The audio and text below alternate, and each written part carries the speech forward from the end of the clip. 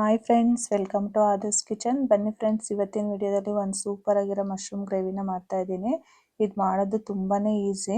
ಮನೇಲಿರೋ ingredients ಇಂದನೇ ಈಸಿಯಾಗಿ ಆರಾಮಾಗಿ ಮಾಡ್ಕೋಬೋದು. ಈಗ ಮಶ್ರೂಮ್ ಗ್ರೇವಿನ ಹೇಗೆ ಮಾಡೋದು ಅಂತ ನೋಡೋಣ. ಅದಕ್ಕಿಂತ ಮುಂಚೆ ನಮ್ಮ ಚಾನಲ್ಗೆ ಸಬ್ಸ್ಕ್ರೈಬ್ ಮಾಡಿರೋರು ಎಲ್ರಿಗೂ ಥ್ಯಾಂಕ್ಸ್. ಸಬ್ಸ್ಕ್ರೈಬ್ ಮಾಡದೆ ವಿಡಿಯೋನ ನೋಡ್ತಾ ಇದ್ರೆ ಈಗಲೇ ಸಬ್ಸ್ಕ್ರೈಬ್ ಮಾಡ್ಕೊಳ್ಳಿ.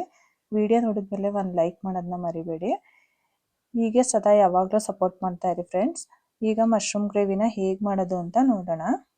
ನಾನಿಲ್ಲಿ 2 ಪ್ಯಾಕೆಟ್ ಮಶ್ರೂಮ್ನ ತೊಗೊಂಡಿದ್ದೀನಿ. ಒಂದು ಪ್ಯಾಕೆಟಲ್ಲಿ 200 ಗ್ರಾಮ್ ಇರುತ್ತೆ. ಅದೇ ರೀತಿ ನಾನು 2 ಪ್ಯಾಕೆಟಿಂದ 400 ಗ್ರಾಮ್ ಮಶ್ರೂಮ್ನ ತೊಗೊಂಡಿದ್ದೀನಿ. ಇದನ್ನೆಲ್ಲ ಒಂದು ಪಾತ್ರೆಗೆ ಹಾಕೊತಾ ಇದ್ದೀನಿ.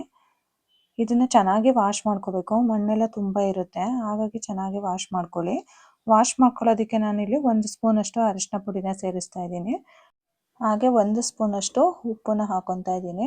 ಉಪ್ಪು ಮತ್ತು ಅರಿಶಿನ ಪುಡಿ ಹಾಕೊಂಡು ವಾಶ್ ಮಾಡ್ಕೊಳ್ಳೋದ್ರಿಂದ ಮಶ್ರೂಮು ಚೆನ್ನಾಗಿ ವಾಶ್ ಆಗುತ್ತೆ. ಈಗ ಮಶ್ರೂಮು ಮುಳುಗೋವಷ್ಟು ನೀರನ್ನು ಹಾಕೊಳ್ಳಿ.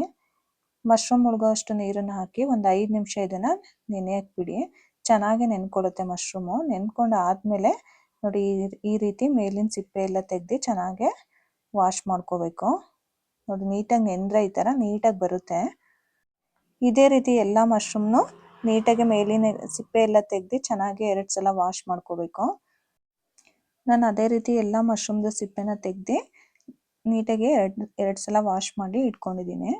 ಇದನ್ನು ನಿಮಗೆ ಯಾವ ಸೈಜಿಗೆ ಬೇಕೋ ಆ ಸೈಜಿಗೆ ಮಶ್ರೂಮ್ನ ಕಟ್ ಮಾಡ್ಕೋಬೇಕು. ನೀವು ಚಿಕ್ಕದಾಗಾರು ಕಟ್ ಮಾಡ್ಕೋಬೋದು, ಸ್ವಲ್ಪ ದಪ್ಪದಾಗಾರು ಕಟ್ ಮಾಡ್ಕೋಬೋದು. ನಿಮಗೆ ಯಾವ ಸೈಜಿಗೆ ಬೇಕೋ ಆ ಸೈಜಿಗೆ ಕಟ್ ಮಾಡ್ಕೊಳ್ಳಿ. ನೋಡಿ, ನಾನು ಈ ಸೈಜಿಗೆ ಕಟ್ ಮಾಡ್ಕೊಂಡಿದ್ದೀನಿ ಮಶ್ರೂಮ್ನ. ಅದೇ ರೀತಿ ನಾನು ಎಲ್ಲ ಮಶ್ರೂಮ್ನ ಕಟ್ ಮಾಡಿ ಇಟ್ಕೊಂಡಿದ್ದೀನಿ.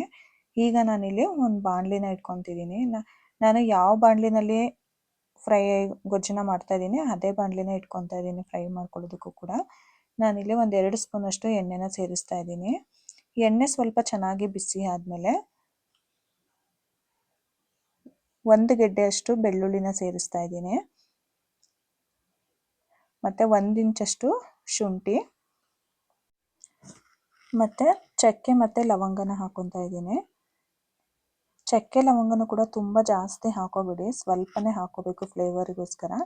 ನಾನಿಲ್ಲಿ ದಪ್ಪ ಸೈಜಿನ 3 ಈರುಳ್ಳಿನ ಕಟ್ ಮಾಡಿ ಇಟ್ಕೊಂಡಿದ್ದೀನಿ. ನಾನಿಲ್ಲಿ ಒಂದು 4ರಿಂದ 5 ಜನಕ್ಕೆ ಆಗೋವಷ್ಟು ಗ್ರೇವಿನ ಮಾಡ್ಕೊತಾ ಇದ್ದೀನಿ. ನೀವು ಎಷ್ಟು ಜನಕ್ಕೆ ಮಾಡ್ತೀರಾ ಅಷ್ಟು ಕನ್ಸಿಸ್ಟೆನ್ಸಿ ನೋಡ್ಕೊಂಡು ಹಾಕ್ಕೊಳ್ಳಿ.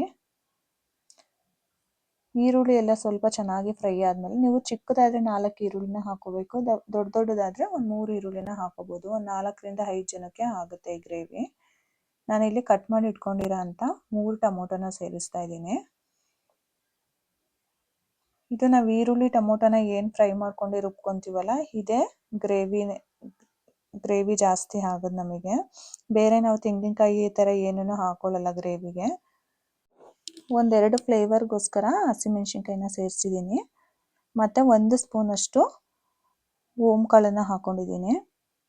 ನಿಮಗೆ ಹಸಿಮೆಣ್ಸಿನ್ಕಾಯಿ ಬೇಕಾದರೆ ಹಾಕೋಬೋದು, ಇಲ್ಲಾಂದರೆ ಸ್ಕಿಪ್ ಮಾಡ್ಕೋಬೋದು. 1 ಸ್ಪೂನಷ್ಟು ನಾನು ಕಸ್ತೂರಿ ಮೇಥಿನ ಹಾಕೊತಾ ಇದ್ದೀನಿ. ಕಸ್ತೂರಿ ಮೇಥಿ ಕೂಡ ನಿಮಗೆ ಆಪ್ಷನಲ್ಲು, ಬೇಕಾದರೆ ಹಾಕೋಬೋದು, ಬೇಡ ಅಂದರೆ ಸ್ಕಿಪ್ ಮಾಡ್ಕೊಳ್ಳಿ. ನಾನು 1 ಸ್ಪೂನಷ್ಟು ಕಸ್ತೂರಿ ಮೇಥಿನ ಹಾಕ್ಕೊಂಡು ಚೆನ್ನಾಗಿ ಫ್ರೈ ಮಾಡ್ಕೊತಾ ಇದ್ದೀನಿ. ಇದೆಲ್ಲ ಟೊಮೊಟೊ ಈರುಳ್ಳಿ ಎಲ್ಲ ಚೆನ್ನಾಗಿ ಸಾಫ್ಟ್ ಆಗಬೇಕು, ಅಲ್ಲಿವರೆಗೂ ಚೆನ್ನಾಗಿ ಫ್ರೈ ಮಾಡ್ಕೊಳ್ಳಿ. ಈ ಥರ ಫ್ರೈ ಮಾಡ್ಕೊಂಡು ನಾವು ಮಸಾಲೆನ ರುಬ್ಕೊಳ್ಳೋದ್ರಿಂದ ಗ್ರೇವಿ ತುಂಬಾ ಟೇಸ್ಟಿಯಾಗಿ ಚೆನ್ನಾಗಿರುತ್ತೆ. ನೋಡಿ, ಇಷ್ಟು ಫ್ರೈ ಆದರೆ ಸಾಕು. ಇದನ್ನೆಲ್ಲ ನಾನು ಒಂದು ಪ್ಲೇಟಿಗೆ ತಣ್ಣಗಾಗೋಕ್ಕೆ ಎತ್ತಿಟ್ಕೊತಾ ಇದ್ದೀನಿ. ಬಿಸಿನೂ ರುಬ್ಕೋಬಾರ್ದು, ಸ್ವಲ್ಪ ತಣ್ಣಗಾದ್ಮೇಲೆ ನೀವು ರುಬ್ಕೋಬೇಕು. ನಾನು ಇದೇ ಬಾಣಲಿನಲ್ಲೇ ಗ್ರೇವಿನ ಮಾಡ್ಕೊತಾ ಇದ್ದೀನಿ, ಅದಕ್ಕೆ ಇದನ್ನು ಸಪ್ರೇಟಾಗಿ ಒಂದು ಪ್ಲೇಟಿಗೆ ತೆಕ್ಕೊತಾ ಇದ್ದೀನಿ. ಇದು ಕಂಪ್ಲೀಟಾಗಿ ತಣ್ಣಗಾದ್ಮೇಲೆ ನಾವು ರುಬ್ಕೊಳ್ಳೋಣ. ಅಷ್ಟರಲ್ಲಿ ನಾನಿಲ್ಲಿ ಅದೇ ಬಾಣಲಿಗೆ ಒಂದು 2ರಿಂದ 3 ಸ್ಪೂನಷ್ಟು ಎಣ್ಣೆನ ಸೇರಿಸ್ತಾ ಇದ್ದೀನಿ. ನೀವು ಬೆಣ್ಣೆ ಅಥವಾ ತುಪ್ಪ ಕೂಡ ಹಾಕೋಬೋದು. ಎಣ್ಣೆ ಸ್ವಲ್ಪ ಚೆನ್ನಾಗಿ ಬಿಸಿ ಆದಮೇಲೆ ನಾನಿಲ್ಲಿ ಒಂದು 2 ಪಲಾವ್ ಎಲೆನ ಹಾಕೊತಾ ಇದ್ದೀನಿ. ಆಮೇಲೆ ಇಲ್ಲಿ ಕಟ್ ಮಾಡಿ ಇಟ್ಕೊಂಡಿರೋ ಅಂಥ 1 ಈರುಳ್ಳಿನ ಸೇರಿಸ್ತಾ ಇದ್ದೀನಿ. ಚಿಕ್ಕದಾಗಿ ಕಟ್ ಮಾಡ್ಕೊಂಡಿದ್ದೀನಿ ಈರುಳ್ಳಿನ ಹಾಕೊಂಡಾದ್ಮೇಲೆ ಚೆನ್ನಾಗಿ ಫ್ರೈ ಮಾಡ್ಕೊಳ್ಳಿ. ಈರುಳ್ಳಿ ಸ್ವಲ್ಪ ಚೆನ್ನಾಗಿ ಫ್ರೈ ಮಾಡ್ಕೊಂಡಾದ್ಮೇಲೆ ನಾನಿಲ್ಲಿ 1 ಸ್ಪೂನಷ್ಟು ಅರಿಶಿನ ಪುಡಿನ ಸೇರಿಸ್ತಾ ಇದ್ದೀನಿ. 1 ಸ್ಪೂನಷ್ಟು ಚಿಲ್ಲಿ ಪೌಡ್ರು ಮತ್ತು 1 ಸ್ಪೂನಷ್ಟು ಧನಿಯಾ ಪುಡಿ, ಒಂದು ಅರ್ಧ ಸ್ಪೂನಷ್ಟು ಗರಂ ಮಸಾಲಾನ ಹಾಕೊತಾ ಇದ್ದೀನಿ. ನಿಮಗೆ ಖಾರ ಸ್ವಲ್ಪ ಜಾಸ್ತಿ ತಿಂತೀನಿ ಅನ್ನಂಗಿದ್ರೆ ನೀವು ಚಿಲ್ಲಿ ಪೌಡ್ರನ್ನ ಇನ್ನು ಸ್ವಲ್ಪ ಹಾಕೋಬೋದು. ಈ ಸ್ಪೈಸಸ್ನೆಲ್ಲ ಹಾಕೊಂಡ್ಮೇಲೆ ನೀವು ಉರಿನ ಜಾಸ್ತಿ ಇಟ್ಕೋಬಾರ್ದು, ಕಮ್ಮಿ ಇಟ್ಕೊಂಡೇ ಫ್ರೈ ಮಾಡ್ಕೋಬೇಕು. ಇಲ್ಲಾಂದರೆ ನೀವು ಪೌಡ್ರ್ ಹಾಕಿದ ತಕ್ಷಣ ಅದು ಫುಲ್ಲು ತಳ ಹಿಡಿದ್ಬಿಡುತ್ತೆ, ಆವಾಗ ಗ್ರೇವಿ ಟೇಸ್ಟೇ ಚೇಂಜ್ ಆಗಿಬಿಡುತ್ತೆ. ಮೀಡಿಯಮ್ ಫ್ಲೇಮಲ್ಲಿ ಇಟ್ಕೊಂಡೇ ಚೆನ್ನಾಗಿ ಫ್ರೈ ಮಾಡ್ಕೋಬೇಕು. ಎಣ್ಣೆ ಎಲ್ಲ ಬಿಡೋ ಥರ ನೀಟಾಗಿ ಫ್ರೈ ಮಾಡ್ಕೊಳ್ಳಿ. ಈಗ ನಾನು ಅದಕ್ಕೇ ಕಟ್ ಮಾಡಿ ಇಟ್ಕೊಂಡಿರೋ ಅಂಥ ಮಶ್ರೂಮ್ನ ಸೇರಿಸ್ತಾ ಇದ್ದೀನಿ. ಈ ರೀತಿ ಒಗ್ಗರಣೆಗೆ ಮಶ್ರೂಮ್ನ ಹಾಕ್ಕೊಂಡು ಫ್ರೈ ಮಾಡ್ಕೊಳ್ಳೋದ್ರಿಂದ ಮಶ್ರೂಮಲ್ಲೂ ನೀಟಾಗಿ ಉಪ್ಪು ಖಾರ ಎಲ್ಲ ಚೆನ್ನಾಗಿ ಹಿಡ್ಕೊಳ್ಳುತ್ತೆ. ನಾವು ಆಲ್ರೆಡಿ ಮಸಾಲೆನ ಚೆನ್ನಾಗಿ ಫ್ರೈ ಮಾಡ್ಕೊಂಡು ರುಬ್ಕೊಂಡಿರೋದ್ರಿಂದ ಮಸಾಲೆ ಹಾಕಿದ್ಮೇಲೆ ನಾವು ತುಂಬ ಹೊತ್ತು ಬೇಯಿಸೋ ಅವಶ್ಯಕತೆ ಏನಿರೋದಿಲ್ಲ. ಈ ಚಿಲ್ಲಿ ಪೌಡ್ರು, ಧನಿಯಾ ಪುಡಿ ಎಲ್ಲ ಹಾಕಿರ್ತೀವಲ್ಲ, ಇದು ಸ್ವಲ್ಪ ಚೆನ್ನಾಗಿ ಒಗ್ಗರಣೆಲೇ ಚೆನ್ನಾಗಿ ಫ್ರೈ ಆಗಬೇಕು. ಮತ್ತು ಮಶ್ರೂಮ್ನ ಹಾಕಿದ್ಮೇಲೆ ನೀರು ಕೂಡ ಹಾಕಬಾರ್ದು. ನೀವು ಸುಮ್ಮನೆ ಮುಚ್ಚಳನ ಮುಚ್ಚಿ ಮೀಡಿಯಮ್ ಫ್ಲೇಮಲ್ಲಿ ಇಟ್ಟು ಬಿಡಿ. ಅದು ಮಶ್ರೂಮಲ್ಲೇ ನೀರಿನ ಅಂಶ ಇರುತ್ತೆ, ಹಾಗಾಗಿ ಅದು ಚೆನ್ನಾಗಿ ನೀರು ಬಿಟ್ಕೊಳ್ಳುತ್ತೆ. ಈಗ ಈರುಳ್ಳಿ ಟೊಮೊಟೊ ಎಲ್ಲ ಫ್ರೈ ಮಾಡಿ ಇಟ್ಕೊಂಡಿದ್ವಲ್ಲ, ಅದು ಕಂಪ್ಲೀಟಾಗಿ ತಣ್ಣಗಾಗಿದೆ. ಈಗ ಇದನ್ನು ನೈಸ್ ಪೇಸ್ಟಾಗಿ ರುಬ್ಕೋಬೇಕು. ಬೇಕಾದರೆ ನಿಮಗೆ ನೆನೆಸಿಟ್ಟಿರೋ ಗೋಡಂಬಿ ಕೂಡ ರುಬ್ಕೊಳ್ಳೋಕ್ಕೆ ಹಾಕೋಬೋದು. ಗೋಡಂಬಿ ಹಾಕೋದ್ರಿಂದ ಕೂಡ ಗ್ರೇವಿ ತುಂಬಾ ಚೆನ್ನಾಗಿರುತ್ತೆ. ನಾನೇನು ಗೋಡಂಬಿ ಹಾಕಿಲ್ಲ, ನಿಮಗೆ ಬೇಕಾದ್ರೇ ಹಾಕೊಳ್ಳಿ. ನೋಡಿ, ಈ ಥರ ನೈಸ್ ಪೇಸ್ಟಾಗಿ ರುಬ್ಕೋಬೇಕು ಮಸಾಲೆನ. ನೋಡಿ, ಆವಾಗಲೇ ಮಶ್ರೂಮ್ನ ನಾವು ಫ್ರೈ ಮಾಡೋಕ್ಕೆ ಇಟ್ಟಿದ್ವಲ್ಲ, ನೋಡಿ ಮಶ್ರೂಮಲ್ಲೇ ನೀರಿನ ಅಂಶ ಇರೋದ್ರಿಂದ ನೀರು ಬಿಟ್ಕೊಂಡ್ಬಿಡುತ್ತೆ. ಹಾಗಾಗಿ ನೀವು ನೀರನ್ನು ಹಾಕಬಾರ್ದು. ನೀರು ಹಾಕಿದ್ರೆ ಗ್ರೇವಿ ಟೇಸ್ಟೇ ಹೋಗಿಬಿಡುತ್ತೆ. ನೋಡಿ ಎಷ್ಟು ನೀರು ಬಿಟ್ಕೊಂಡಿದೆ. ಈಗ ಚೆನ್ನಾಗಿ ಒಂದು 2 ನಿಮಿಷ ನೀಟಾಗಿ ಮಿಕ್ಸ್ ಮಾಡ್ಕೊಂಡು ಈಗ ರುಬ್ಬಿರೋ ಅಂಥ ಮಸಾಲೆನ ಸೇರಿಸ್ಕೊಳ್ಳೋಣ. ಮಸಾಲೆ ಹಾಕಿದ ತಕ್ಷಣ ಕೂಡ ನೀವು ನೀರನ್ನು ಹಾಕೋಬಾರ್ದು, ಯಾಕಂದರೆ ಮಶ್ರೂಮಲ್ಲೇ ನೀರು ಬಿಟ್ಕೊಂಡಿರುತ್ತೆ. ಆಮೇಲೆ ಮಸಾಲೆ ಹಾಕಿ ಒಂದು 2-3 ನಿಮಿಷ ಚೆನ್ನಾಗಿ ತಿರುಗಿಸ್ಕೊಂಡ್ಮೇಲೆ ಆದಮೇಲೆ ನೀವು ಎಷ್ಟು ಬೇಕೋ ಅಷ್ಟು ನೋಡಿ ನೀರನ್ನು ಸೇರಿಸ್ಕೊಳ್ಳಿ. ಈ ಮಶ್ರೂಮ್ ಗ್ರೇವಿ ಮಾಡೋದು ತುಂಬಾ ಸುಲಭ, ಮತ್ತು ತುಂಬ ಮನೇಲೇ ಇಂಗ್ರೀಡಿಯೆಂಟ್ಸ್ ಇಲ್ಲದೇ ಇರೋಂಥ ಇಂಗ್ರೀಡಿಯೆಂಟ್ಸ್ ಯಾವುದನ್ನು ಕೂಡ ನಾವು ಯೂಸ್ ಮಾಡಿಲ್ಲ. ಮನೇಲಿ ಇರೋಂಥ ಇಂಗ್ರೀಡಿಯೆಂಟ್ಸ್ನ ಯೂಸ್ ಮಾಡಿ ಗ್ರೇವಿನ ಮಾಡಿದ್ದೀನಿ.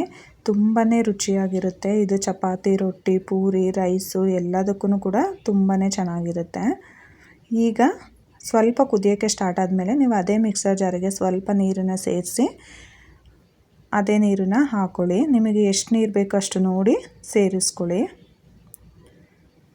ನಾವು ಆಲ್ರೆಡಿ ಮಸಾಲೆನ ಚೆನ್ನಾಗಿ ಈರುಳ್ಳಿ ಟೊಮೊಟೊ ಎಲ್ಲ ಫ್ರೈ ಮಾಡಿ ರುಬ್ಕೊಂಡಿರೋದ್ರಿಂದ ಮಸಾಲೆ ಸೇರಿಸಿದ್ಮೇಲೆ ತುಂಬ ಹೊತ್ತು ಏನು ಬೇಯಿಸ್ಕೋಬೇಕು ಅನ್ನೋದೇನಿಲ್ಲ. ಕುದಿಯೋಕ್ಕೆ ಸ್ಟಾರ್ಟ್ ಆದಮೇಲೆ ನಾವು ಒಂದು 5-10 ನಿಮಿಷ ಮೀಡಿಯಮ್ ಫ್ಲೇಮಲ್ಲಿ ಬೇಯಿಸ್ಕೊಂಡ್ರೆ ಸಾಕು. ಈಗ ರುಚಿಗೆ ತಕ್ಕಷ್ಟು ಉಪ್ಪನ್ನು ಸೇರಿಸ್ಕೊಳ್ಳೋಣ. ಒಂದು 5 ನಿಮಿಷ ಮುಚ್ಚಳನ ಮುಚ್ಚಿ ಮೀಡಿಯಮ್ ಫ್ಲೇಮಲ್ಲಿ ಬೇಯಿಸ್ಕೊಳ್ಳೋಣ. ನೋಡಿ, 5 ನಿಮಿಷ ಆಗಿದೆ. ಚೆನ್ನಾಗಿ ಬೆಂದಿದೆ ಗ್ರೇವಿ ಕೂಡ. ಕನ್ಸಿಸ್ಟೆನ್ಸಿನೂ ಕೂಡ ಕರೆಕ್ಟಾಗಿದೆ, ತುಂಬ ತೆಳ್ಳಗೂ ಇಲ್ಲ, ತುಂಬ ಗಟ್ಟಿಗೂ ಕೂಡ ಇಲ್ಲ. ಈಗ ನಾನು ಒಂದು 3 ಸ್ಪೂನಷ್ಟು ಮೊಸರನ್ನ ಸೇರಿಸ್ತಾ ಇದ್ದೀನಿ. ಮೊಸರು ಹಾಕೋದ್ರಿಂದನೂ ಕೂಡ ಗ್ರೇವಿ ಟೇಸ್ಟು ಚೆನ್ನಾಗಿರುತ್ತೆ. ಮೊಸರನ್ನ ಹಾಕೊಂಡ್ಮೇಲೆ ಚೆನ್ನಾಗಿ ಒಂದು ಸಲ ಮಿಕ್ಸ್ ಮಾಡಿಕೊಡಿ. ನೀವು ಯಾವುದೇ ಗ್ರೇವಿಗಾದ್ರೂ ಮೊಸರನ್ನ ಹಾಕೊಳ್ಳೋದ್ರಿಂದ ಗ್ರೇವಿ ಟೇಸ್ಟು ಚೆನ್ನಾಗಿ ಬರುತ್ತೆ. ಒಂದು 2 ನಿಮಿಷ ಬೇಯಿಸ್ಕೊಂಡಾದಮೇಲೆ ನಾನಿಲ್ಲಿ ಲಾಸ್ಟಿಗೆ ಸ್ವಲ್ಪ ಕೊತ್ತಂಬರಿ ಸೊಪ್ಪನ್ನು ಹಾಕ್ಕೊತಾ ಇದ್ದೀನಿ. ನೋಡಿ, ಎಷ್ಟು ಸುಲಭವಾಗಿ ಮಶ್ರೂಮ್ ಗ್ರೇವಿನ ತುಂಬ ಕ್ವಿಕ್ಕಾಗಿ ಮಾಡ್ಕೋಬೋದು. ರುಚಿನೂ ಕೂಡ ಅಷ್ಟೇ ಅದ್ಭುತವಾಗಿರುತ್ತೆ. ನೀವು ಒಂದು ಸಲ ಮಿಸ್ ಮಾಡದೆ ಈ ರೆಸಿಪಿನ ಟ್ರೈ ಮಾಡಿ, ಹೇಗಿತ್ತು ಅಂತ ಕಮೆಂಟ್ ಮಾಡಿ ತಿಳಿಸಿ. ವಿಡಿಯೋ ಇಷ್ಟ ಆಗಿದರೆ ನಿಮ್ಮ ಫ್ಯಾಮಿಲಿ ಫ್ರೆಂಡ್ಸಿಗೂ ಕೂಡ ಶೇರ್ ಮಾಡಿ. ಮತ್ತೆ ಒಂದು ಹೊಸ ರೆಸಿಪಿ ಜೊತೆ ಮುಂದಿನ ವಿಡಿಯೋದಲ್ಲಿ ಸಿಗ್ತೀನಿ. Thank you for watching.